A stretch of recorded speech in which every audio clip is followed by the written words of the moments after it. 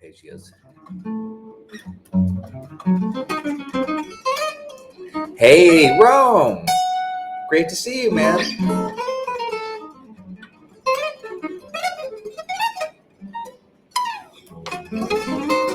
There's so many different things we could do with diminished arpeggios, but right now I'm just going to do some really essential, basic diminish. And I have worksheets for this stuff, of course.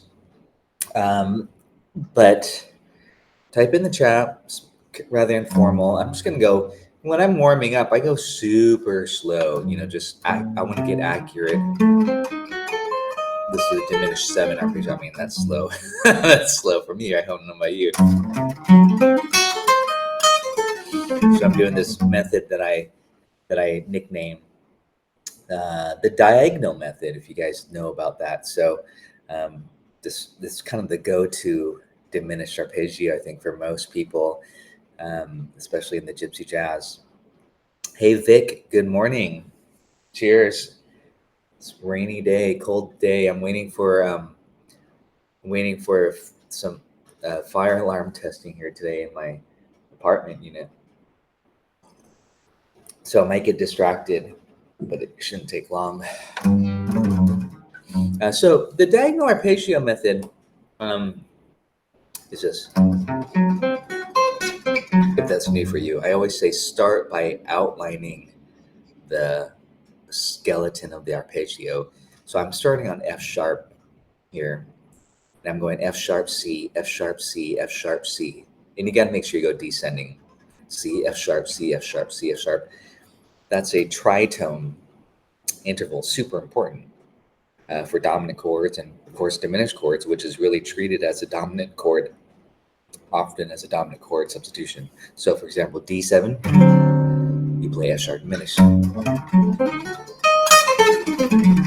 And you just make sure you go up and down. And again, grab my worksheets. It's not obviously posted on this particular link, but I have lots of diminished worksheets, specifically the diagonal method. So just type in, if you're interested in that, just type in diagonal method into the search box, and it'll pop up all the worksheets. And specifically even the diminished, because there's different settings. So I do stuff like this. Well, again, the preliminary exercise is just this. You got to visualize this tritone again. F sharp, C, F sharp, C, F sharp, C. Even that's a cool lick. But again, then you add on 3 frets higher. That's a minor third interval. So it's F sharp A, C, E flat. And that's now an F sharp diminished 7, or A dim 7, or C dim 7, or E flat. They can have 4 different names. If you're new to the diminished 7th chord, it can have 4 different names, the same chord. It's the only 7th chord that inverts itself, and it's just a pattern. Okay. Hold on one second. Is the F sharp starting point used on the 3rd of the D7? Exactly, Rome. Yeah, D7. Here, I'll type it in the chat. D7. Here's what I always say. I always say spell your chord: D, F sharp, A, C, and then you have to type in the E flat there, because that's your flat 9. So that's your D7 flat 9. I extended it, but when you remove the root, you're left with this: F sharp, A, well, you can see it probably already in the chat, and E flat. That equals F sharp, A. Those are all diminished 7. They're the same 4 notes that make a diminished 7th chord.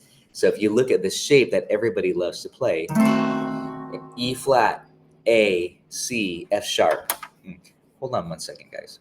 But think about that for a second. Sorry. Also, I'm trying to run a music school here. Mondays are always busy for me in the mornings. Let's see.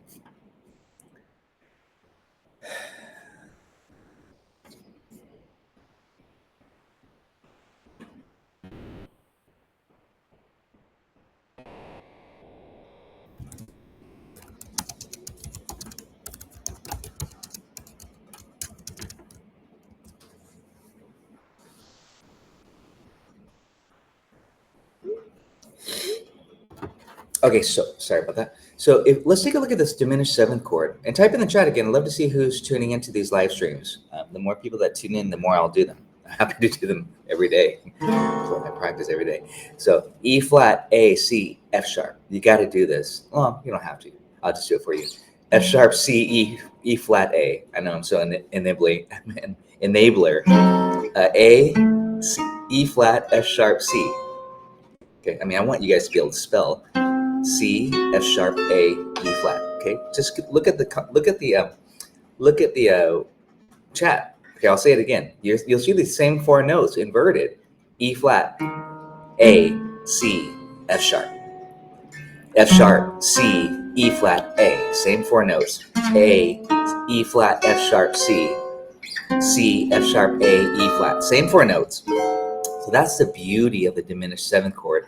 And this, a lot of people do this lick on Gypsy jazz. Now that's just a triad, but it'll still contain those four notes because this is the triad of this bigger shape. So this is A, I'll do it anyways for fun. It's good to spell, you guys. Make sure you do this. A, C, F sharp. Then you slide it 3 frets, C, E flat, A. 3 frets, E flat, F sharp, C. 3 frets, F sharp, A, E flat. This is a Gypsy jazz guitar, European style, that has a dot on the 10th fret, so don't let that mess you up. This is my 11. And then one more, you're back to where you started. And so you get this. All that stuff. Again, the diminished study is huge. And it should be practiced, like it should be a part of your daily routine, especially if you're practicing Gypsy jazz guitar. Andrew, hey, good. I hope you're getting some work done at work while listening. But thanks for tuning in. I appreciate the comment. I'll try to say important stuff and not ramble too much, right? But I'm definitely stressing the importance of the diminished studies, both chordally and arpeggios, and then application, as Rome was saying. And when we have a D7 chord, how do we use this?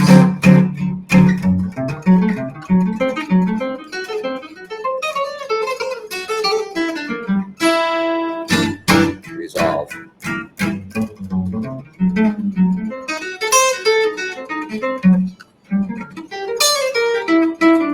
And I'm resolving. I'm kind of hearing this in my head. D7, D7, G minor, G minor 6. They're in a lot of my etudes.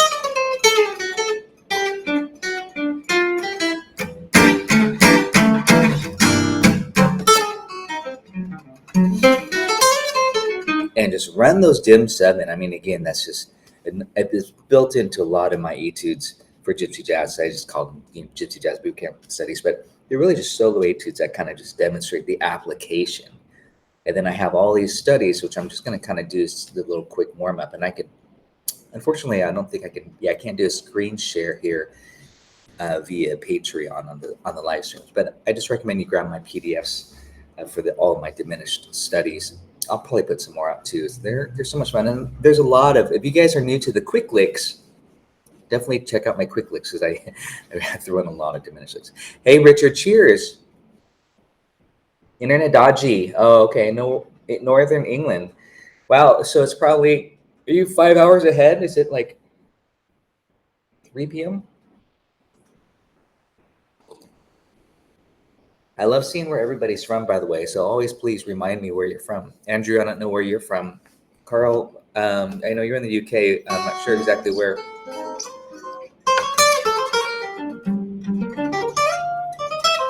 Sorry, I'm getting distracted here. Diminished arpeggios. So when you're doing this, F sharp, check this out, you guys. This is cool. F sharp, A, C, E flat. F sharp, A, C, E flat. F sharp, A, C, E flat. All that stuff. And then when you slide it 3 frets, it's the same pattern. 8 hours ahead. Wow. I don't know. So again, just 3 frets. You just keep moving it around. So you just plug in that D7 on your loop pedal and go. Oh, don't get me started. A foggy day, London town. So F sharp, A, C. 3 frets higher, just do. So again, check out my diminished patterns, diminished sequences. Those are all kind of notated on there. What's really cool though, I actually share this in another bonus video lesson a while back, is to take that pentatonic. You know how we all love, this is very cool, you guys, pay attention to this. I think it's cool. As you take the A minor penta, check this out, because we all learn it like this. So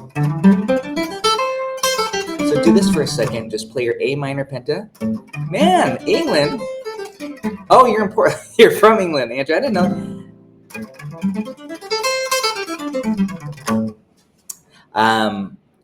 And so, yeah, Andrew, you need to come to one of my workshops. I've got a Gypsy Jazz workshop this coming Saturday. There's still some spots left. It's just an ensemble kind of, jamming, practicing, and performing. So this, I'm not going to get sidetracked here, but check this out. This is A minor penta. I probably will get sidetracked, I'm not going to lie. We love this. I'm not adding the blue note, by the way. I'm forcing myself not to add the blue note. Just this. With a little shuffle. Not worrying about playing fast. So make sure you do your penta study. So, and then there's all these different patterns you could do,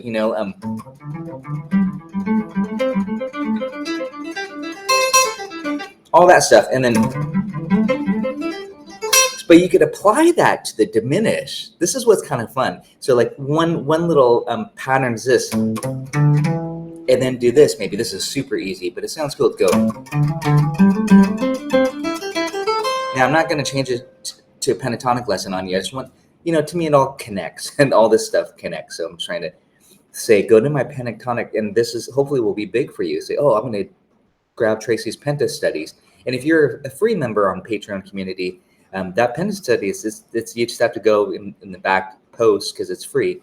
A lot of this stuff I'm put out for free too, because I've got 6,300 posts or something, got to give some of it away that I feel will really help benefit a lot of people. So, so when you do this, okay, now I'm doing a different pattern. I'm doing 6 notes like this. Okay, do that. That's to the octave. It's just kind of a fun little thing to practice. But then you do it on the next. So I'm taking 3 consecutive strings, 6 notes to the octave, right? Penta. This is just penta, just to show you something fun. And then do it on the next 3 strings. You don't have to think about this. Penta is so easy. That's why then we're going to apply it to the diminished. So we have this.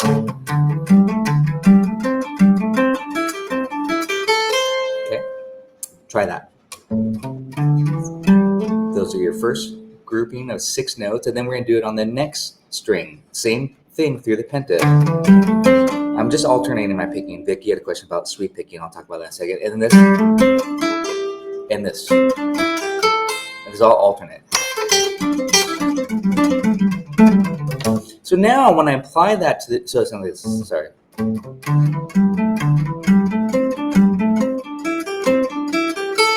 Descending. 3 strings, and then go to the string here, second string, and then just kind of a fun little pattern to play. I don't know if I've ever done it live, but okay. So when we apply it to the diminished 7, there's that D7 for you, Rome. By the way, I gotta say this: one diminished 7 arpeggio can be used over 4 dominant chords. Does that make sense? Because we have this, right? How we're sliding around. So think about the 4 different dominant chords we could apply it on. Not only D7, F7, right? I'm just sliding it around every 3 frets, A flat 7, and B7. There, you can apply that one lick or diminished arpeggio over 4 different dominant chords. So yes, it's very important. And what's really important is that the relative major and the minor, they use the same dim 7 arpeggio. So if you are playing Autumn Leaves, for example, and you have the real one, I'm getting sidetracked just a bit. Right here, let's see, what key in? E minor, right here, D7. F sharp, dim 7.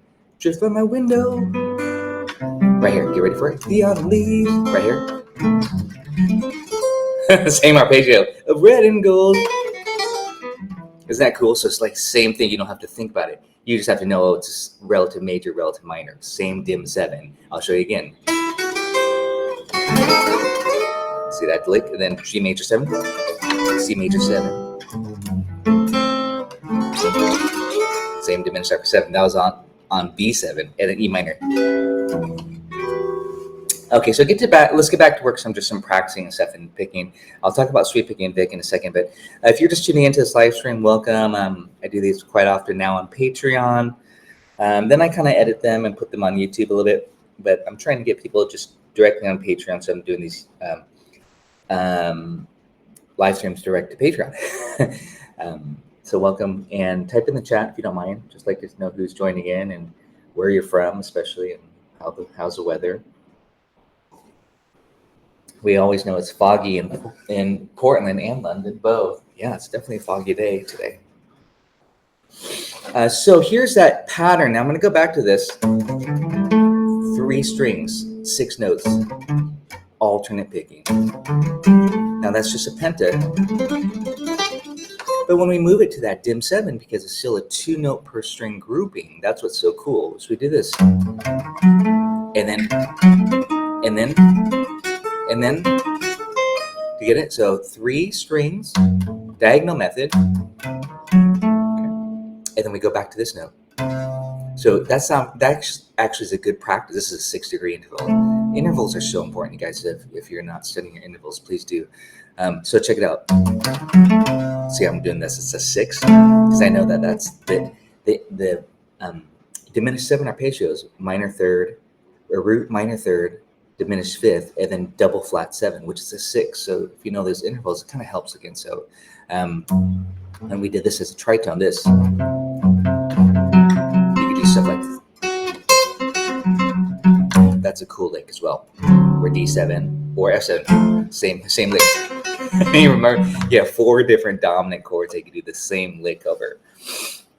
Bob, welcome. How's the weather out there? East Coaster. D7, B7, and yes, I did some sweep picking. I do sweep picking when I do this stuff,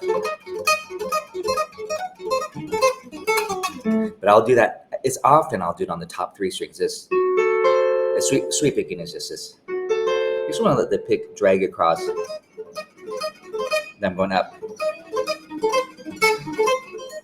Starts to sound like Yngwie Malmsteen a little bit. Not that that's bad, because anybody Yngwie Malmsteen fans, raise your hand. Come on.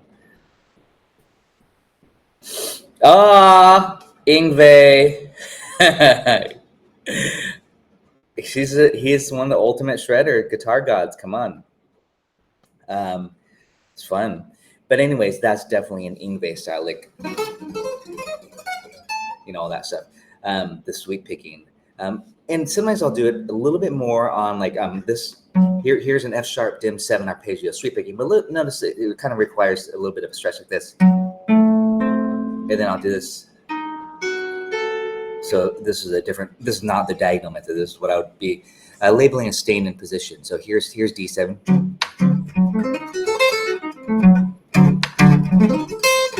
And I do stuff like this.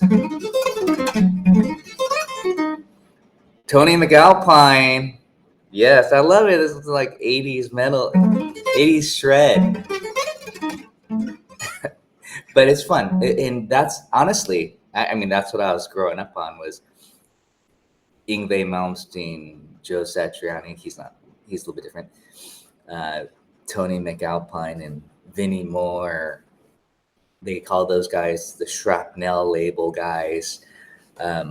Jason Becker, Marty Friedman. You guys listen to them at all? Metal shredders? Thumbs up. But seriously, those guys are the high-tech players, some of the best players, technically, But that's also kind of one reason I think that drew me to gypsy jazz guitar playing was that the virtuosity of it, just the technical. But I don't play like that. I mean, I think I wanted to at first, but now I just want to play more melodically. But I like to throw in those little fun, speedy licks every once in a while too. But I don't think it personally should be about the shred, playing swing and gypsy jazz, and that's probably why I get so many gigs because people want to hear melody. So don't forget that. It should be. I'm very into the pretty aspect of it.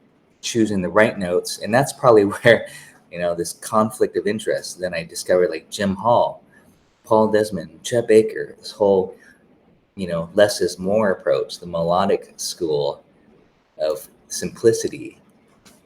But still, of course, they were shredders in their own rights.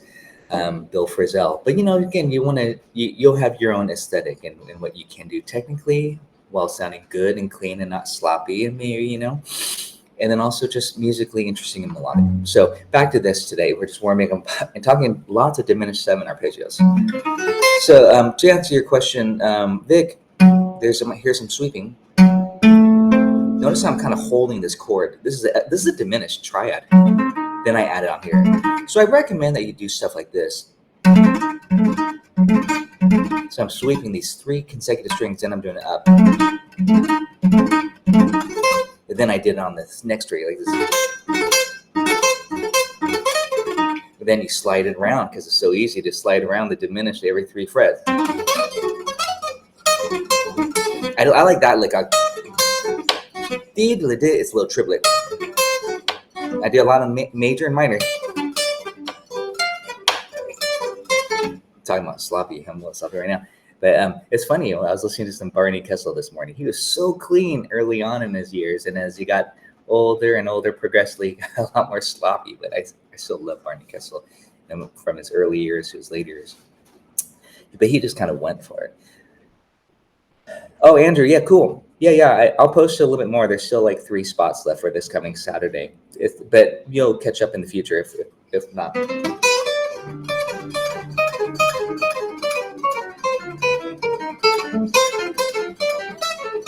Again, this is little patterns. Again, but the cool thing is that you might learn it as a diminished arpeggio, but then you morph it into minor 7. But I started that little lick as a diminished. Remember, I did this. And here, again, I'm going to slow down. Here's F sharp dim. So that's the triad. Again, you got to know your triads, please. F sharp dim. Always know your triads. This, I'm showing it to you on consecutive strings. This is kind of in order, like this: F sharp A C, F sharp A C.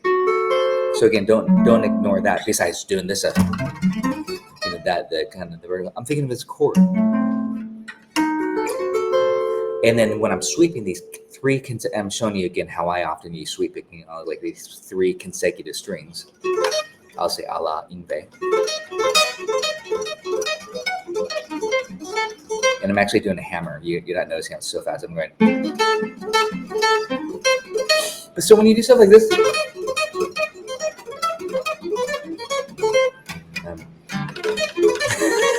I'm hearing a descending dominant line in my head, right? But check it out when I morph it to E minor.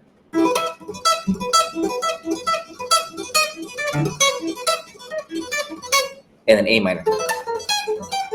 But notice the sweep again. Right now I'm getting sidetracked. Thanks, Vic. But I'm getting sidetracked just showing you this A minor triad. Again, you guys, triad, so important. You got to do it here.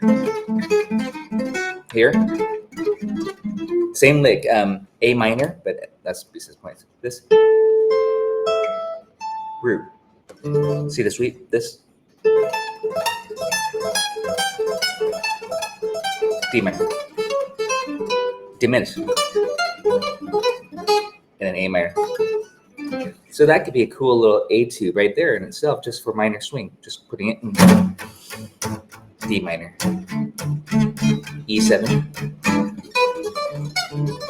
If you want to just practice that and try it on different strings. A minor. D minor. You know what I'm saying? And then the diminished, you could start for an E7 chord. This is important, you guys. If I said E7, you say G sharp, B, D, F. Those are your 4 starting points for the dim 7. I want to be able to say a dominant chord and for you to know instantly what those 4 starting points are.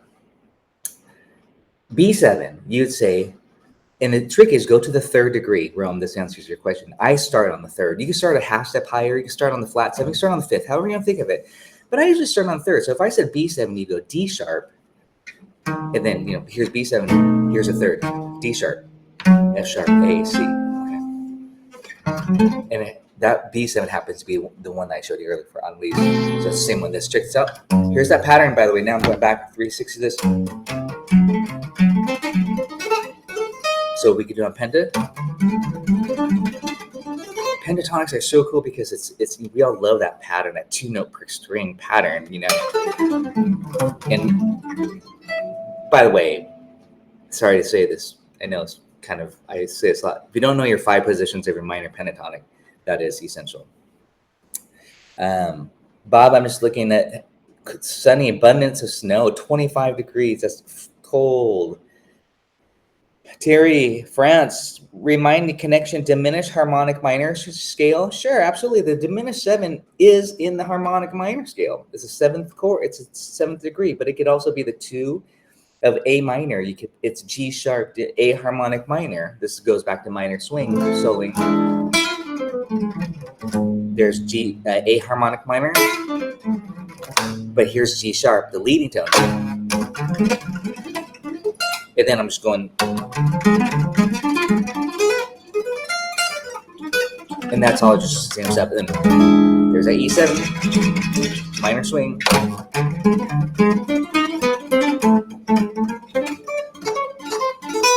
So I just kind of connected that arpeggio. A minor, D minor coming up, A minor, diminished,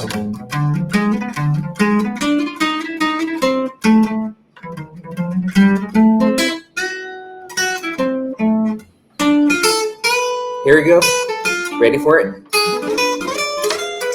So again, that's just application. Every time I was minor swing, guys, every time I had an E7 chord, I only played diminished 7 arpeggios. No E7 licks, just diminished 7 arpeggios only, okay? And then so like something like minor swing, Robert, welcome. I don't think I've met you yet, so welcome.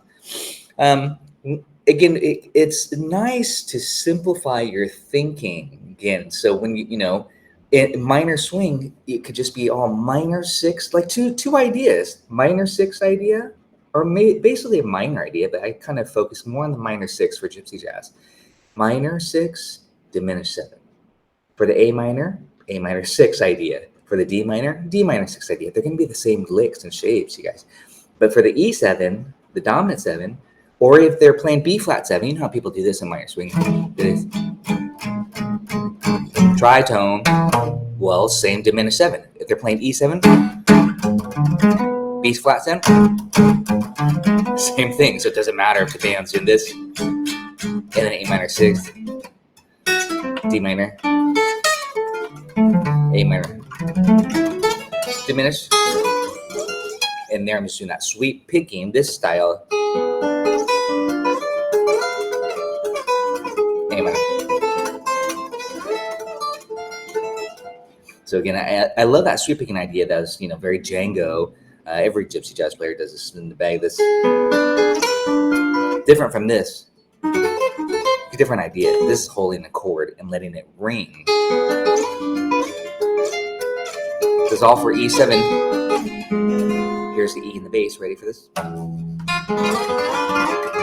A minor. And check it out what I do for A minor. This is, again, really important on taking a lick that you already know.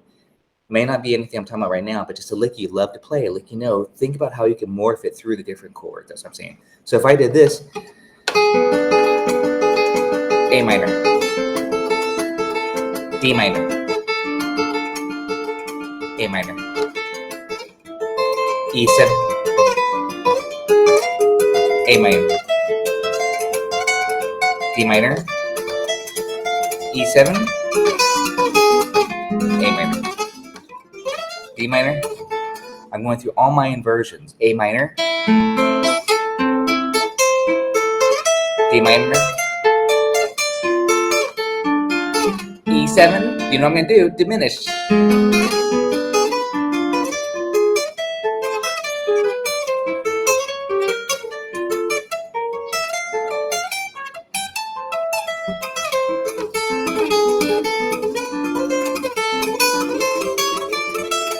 So So when I was starting to do that, I did a little trick. I got this from Charlie Christian, I think. But all the classical guys, and they call it the Barry Harris method now. But it's just A minor, E7, A minor, E7, A minor, E7, A minor. That's a fun trick. So you do stuff like this.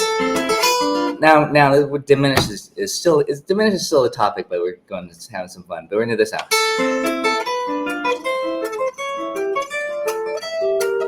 So I did A minor, B dim. That's really E7. A minor, D dim. That's really E dim or E7, right? See what I'm saying? I'm thinking all diminished, no E7 at all. A minor. Actually, I morphed it into the D minor. Kind of did this. I went like this. A7. I put a leading tone to the D minor. Then I did the same.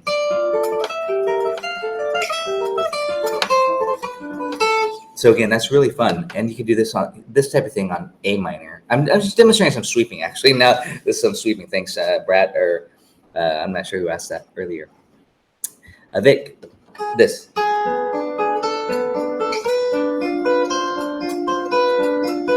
I would recommend. I have some really great etudes. Dark Eyes. I've got a really good one, Limehouse Blues. I really kind of just went full blown on those ones to demonstrate the sweep picking aspect. I think Chinatown. You guys, I've got lots of gypsy jazz etudes. If you like this stuff that I'm demonstrating, it's all built into those etudes. But I'm just trying to help name a few that I would recommend. Dark Eyes for sure does that exactly what I'm showing you. But again, right now I'm applying to minor swing for fun because we all love minor swing. But I'm just talking about a technique. I'm saying take a technique or a lick that you already know, and then apply it to a song. See if you, through the chord progression. That's what's important to be able to move it around. So it's not just a one-off lick. I have it on Sweet Georgia Brown too, you guys. So again, here's Sweet Georgia Brown.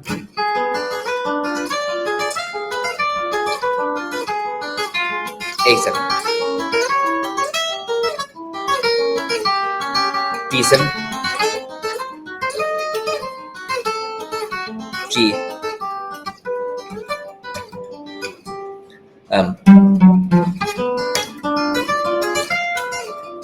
You guys get the idea, right? So you can kind of move. When a song does this dominant cycle, meaning when it cycles through the fourths, like this deep, like Sweet Georgia Brown, E7, E7, A7. See what I'm saying? You know where it's going to go, right? This rhythm changes, B section, D7. This 4 bars each, and then G6. Ready? Diminished. 3 frets. A7. Down A7. D7. G. There I did G. A dim. G. C dim. G.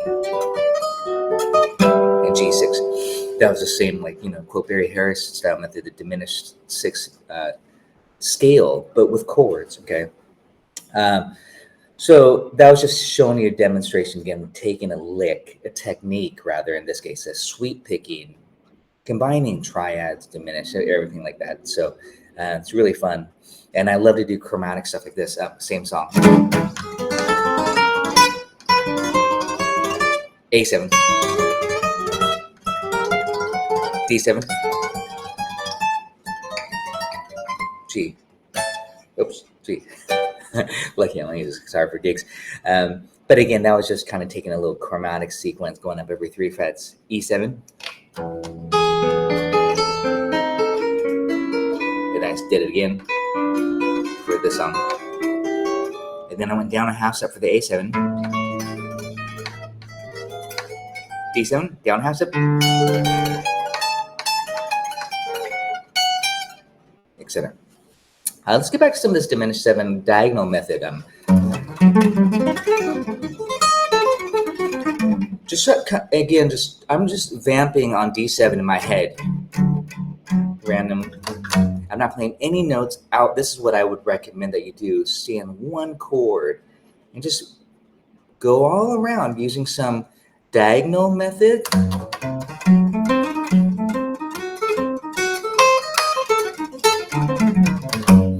Try to stay in position. It's kind of a big stretch down here, so I find myself doing it up higher, like this. So I went like this. Then I did the sweep. So I'll kind of fuse these little sequence, and then here I'm going to go diagonal. Then G major.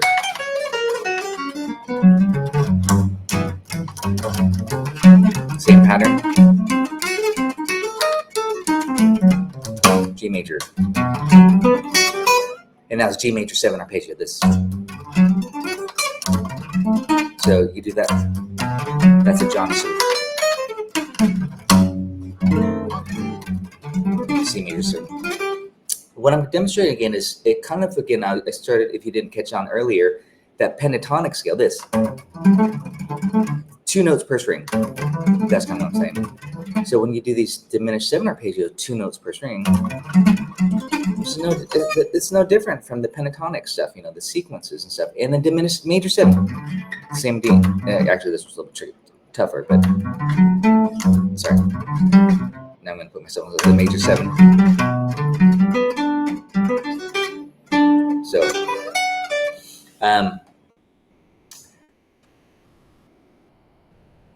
who else is here?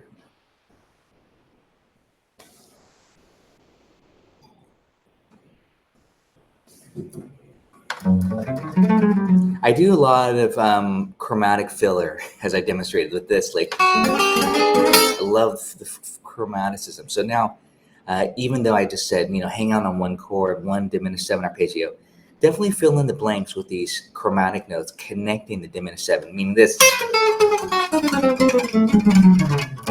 Those little chromatics. So you could do stuff like this.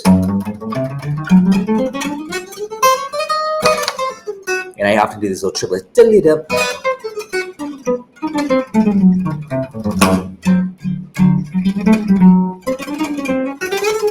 So I kind of use those as often like as these little beginning of my phrases.